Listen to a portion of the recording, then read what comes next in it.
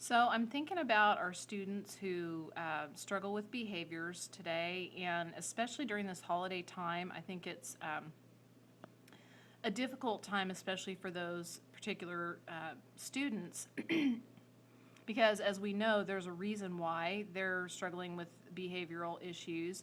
And it seems like during the holidays it gets worse. And my best guess is because um, really school can be the safest, most stable environment that they have.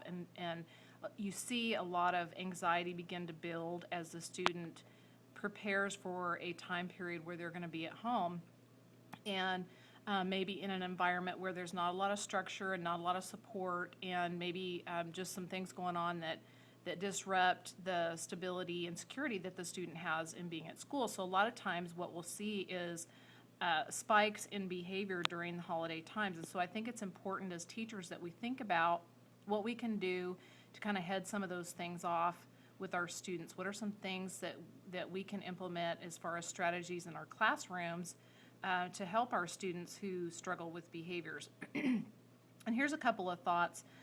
One is just being aware of the fact that this is a hard time for a lot of our students who have circumstances outside of school that they are dealing with and trying to cope with.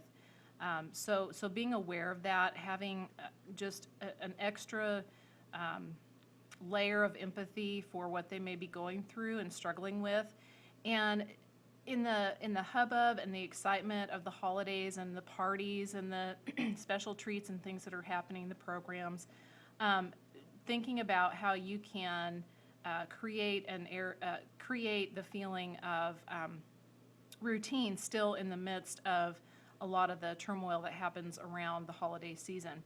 So being aware, number one. Number two, trying to create stability.